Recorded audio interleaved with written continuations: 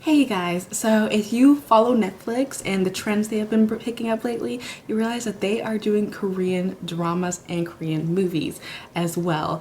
It is so exciting as someone who's been a fan since 2009 to finally see it being integrated into American trends or medias. Yes, American medias. I am ecstatic, especially since now Netflix is also developing their own Korean dramas as well to promote. And I think a lot of that's going to come out in 2018. But I figured I would let some of you guys know because I know they have like a list of like kind of popular movies and TV shows and then like ones that you don't really know about. So I'm going to tell you about my one favorite movie so far and two my favorite Korean dramas so far on Netflix so that you have a better idea, and I'm going to keep doing this so you that way you don't have to go through and pick and choose like I've been doing lately. But at the same time, I won't be mentioning any of the obvious ones like Descendants of the Sun is on there, really good, and Boys Over Flowers, Playful Kiss, like those are very obviously they're great, they have amazing stars, except for I think Boys Over Flowers had like 1 out of 5 or 4 stars on mine, and I was like clutch my pearls because I was like no, that is an amazing, that was like my first Korean drama, I'm pretty sure. But let's get started, okay?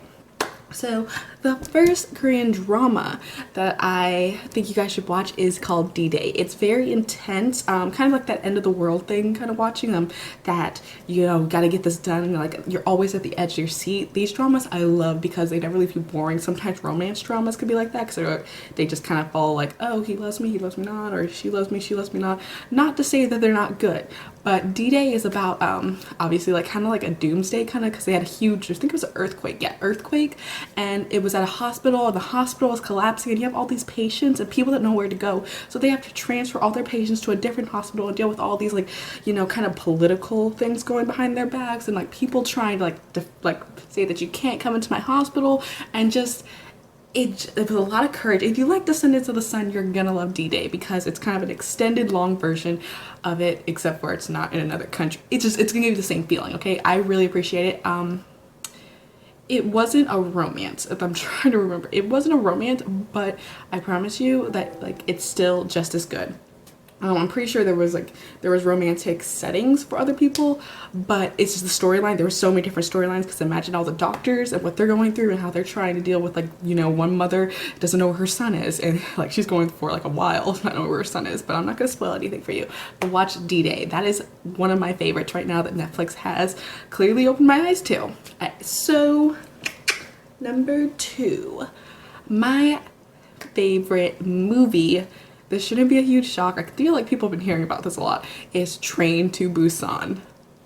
I am not a zombie lover. I will never be a zombie lover, but this movie made me a temporary zombie lover because it was, imagine being stuck in a train and then all of a sudden an outbreak happens and you find out all your friends from back home where you boarded completely dead. No, not happening, dead. And then you realize, oh, the virus is on the train with you, so you have to keep going to different ports of the train to escape until you guys can get to Busan. Train to Busan.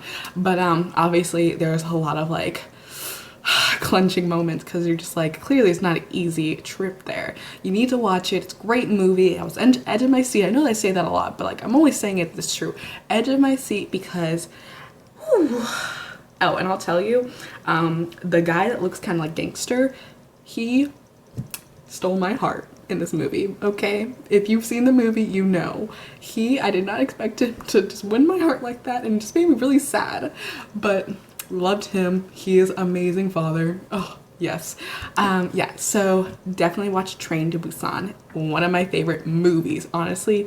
Overall, in general, new favorite movie, Train to Busan. Very, you're not gonna get anything like jumping out at you like ghosts or anything, so if you're scared of things like that, don't worry. This is more of just like zombies chasing you. They're not gonna pop up anywhere. It's just more of a intense movie, but definitely worth it. I can't remember the actor's name, but he was in the movie Silenced, and very sad movie. Oh my goodness, I still am depressed about that.